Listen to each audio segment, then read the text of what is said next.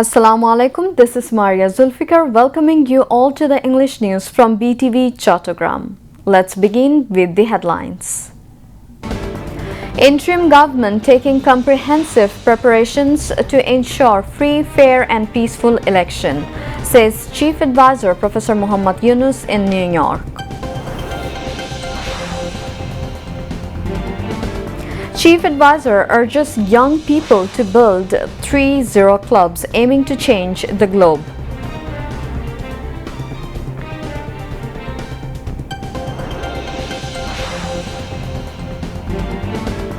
Testimonies from Caesar-leased witnesses begin over July-August uprising against 3 persons, including Sheikh Hasina.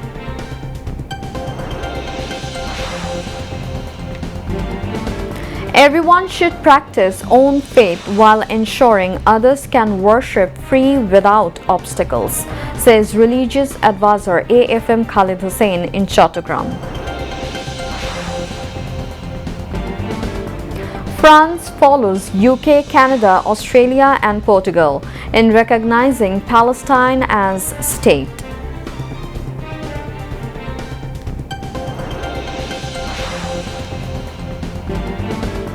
And Bangladesh women's cricket team reached Sri Lanka to participate in ICC Women's Cricket World Cup 2025.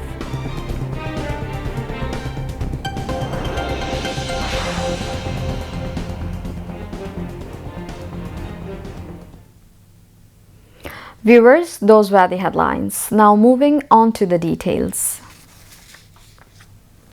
Chief Advisor Professor Muhammad Yunus said the interim government is making comprehensive preparations to ensure a free, fair and peaceful general election in the first half of February. The Chief Advisor said this during a meeting in New York with Sergio Gore, the U.S. Special Envoy for South and Central Asia and the U.S. Ambassador designate to India on Monday local time. Sergio Gore commended the Chief Advisor's leadership and reiterated the United States' willingness to support the country's efforts. During the meeting, the two sides discussed a wide range of bilateral and regional issues, including trade, South Asian regional cooperation, the revival of SAARC, the Rohingya crisis, and the proliferation of disinformation targeting Dhaka. The Chief Advisor sought continued U.S. support for more than 1 million Rohingya refugees currently residing in camps in Cox's Bazar. In response, the U.S. officials said that their life-saving aid for the Rohingyas would continue. Professor Yunus noted that the interim government has intensified efforts to revive SAARC, which has not held a summit in over a decade.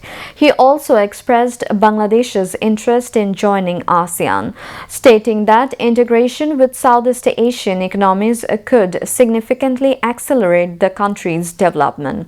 Additionally, he emphasized the importance of strengthening economic ties with landlocked Nepal and Bhutan, as well as with India's 7 northeastern states. Chief Advisor Professor Muhammad Yunus urged the young people to build 3-0 clubs aiming to change the world. He said this while delivering his keynote speech at UN high-level side event on social business, youth and technology at UN headquarters in New York on Monday. Professor Yunus also emphasized the zero waste and called for being a part of the UN Secretary General's Zero Waste Initiative. He said, "This is not a dream, it is already becoming reality." The Chief Advisor said a 3-0 person commits to living sustainability, minimizing waste, and embracing social entrepreneurship while they strive to contribute nothing to global warming, nothing to wealth inequality, and nothing to unemployment. He said as more join this movement, these clubs grow into 3-0 families, 3-0 villages, 3-0 cities, and one day a 3-0 world. It starts with a single step, but together those steps can change the world, he added. Professor Yunus said he has always believed this forum is more than a place for speeches. It is a place for inspiration. He said, if we join hands, harnessing the power of social business, the energy of youth, and the potential of technology, we can untangle even the most complex global crisis. Let us become the architects of a new wave, a world built on justice, sustainability, and hope. A world where our collective dreams ignite a new dawn for all of humanity, he added. Testimonies from Caesar-list witnesses have begun today in the crimes against humanity case filed over the July-August uprising against former Prime Minister Sheikh Hasina and two others. Testimonies from general witnesses in the case concluded yesterday. International Crimes Tribunal 1, led by Chairman Justice Muhammad Ghulam Murtuza Muzumdar, commenced the testimony of Caesar-list witness this morning. In the first half of the day, the tribunal recorded statements from Shahid Zubair Lawrence, an official of CID's Forensic Department, and ASI Kamrul Islam from DMP's Wireless Unit. Earlier yesterday, Sabrina Afroz Sebonti, sister of Martyr Mahmudur Rahman Shoykot of Mohammadpur, gave her deposition as the last general witness in the case. With this, the prosecution completed the testimony of general witnesses. The International Crimes Tribunal has so far recorded testimonies from a total of 49 witnesses in the case. Meanwhile, the tribunal continues the fourth day of witness examination in the case over the burning of 6 bodies in Ashulias during the July movement. The tribunal granted time until 22nd of October to complete the investigation in the Uttara murder case filed over the July-August uprising against former Dhaka North Mayor Atikul Islam and 20 others. It also allowed 2 more months to complete the probe into the Sylhet journalist Torab murder case. Earlier in the morning, former IGP Chaudhry Abdulal Mamun and 23 others, including former Mayor Atikul Islam and former Cox's Bazar lawmaker Abdur Rahman Bodi, were produced before the tribunal. Finance advisor Dr. Salehuddin Ahmed said about 40,000 body cameras will be purchased for law enforcement agencies to hold the 13th National Parliament elections in a free and fair manner. He said this while talking to journalists after the meeting of the Advisory Council Committee on Government Procurement at the Secretariat today. The finance advisor said these body cameras will be purchased for the police through UNDP to strengthen security at polling stations in the national elections. Finance advisor Dr. Salehuddin Ahmed said, in addition, the Advisory Council Committee on Government Procurement approved the upgradation of the Chattogram Shah Amanat International Airport from Grade 1 to Grade 2 and the modernization of the control tower of Shah Jalal International Airport. Religious advisor AFM Khalid Hussain said unity should be maintained among the diversity of all citizens of the country. In addition to practicing their own religion, efforts should be made to ensure that people of other religions can practice their religion without any hindrance.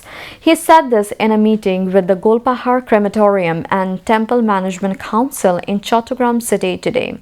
The advisor said security has been ensured for the smooth celebration of Durga Puja this year. Law enforcement agencies are active so that the harmonious environment is not interrupted. The religious advisor assured of solving the problems of the Golpahar Crematorium and Temple and providing assistance to helpless people and orphans, students and children. Earlier, the religious advisor visited the crematorium and temple.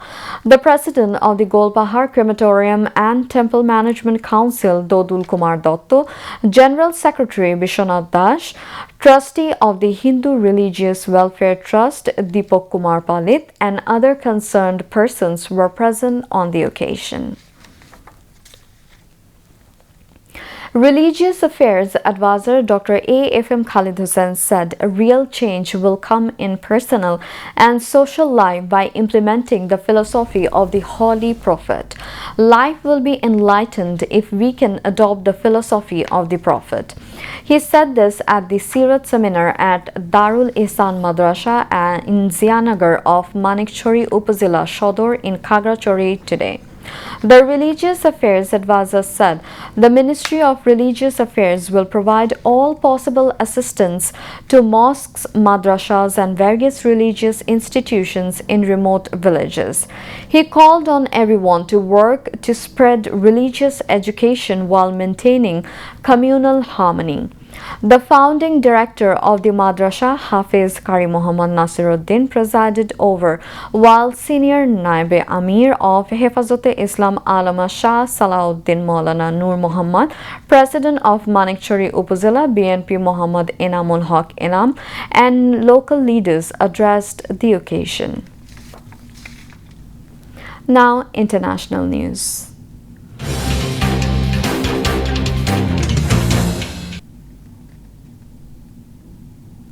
The list of Western nations recognizing Palestine as a state is growing, following the United Kingdom, Canada, Australia and Portugal. The UN Security Council permanent member France has now extended recognition. The UK, Canada, Australia and Portugal made their announcements on Sunday. A day later, at a ceremony at UN headquarters, French President Emmanuel Macron formally declared France's recognition of Palestine. He said the time had come to end the war in Gaza. Expressing optimism, Macron said the world was only moments away from peace. He also named several countries that have already recognized Palestine, including Australia, Andorra, Belgium, Luxembourg, Malta, Monaco, the UK, Canada and San Marino. Macron added that Spain, Ireland, Norway and Sweden are expected to follow soon.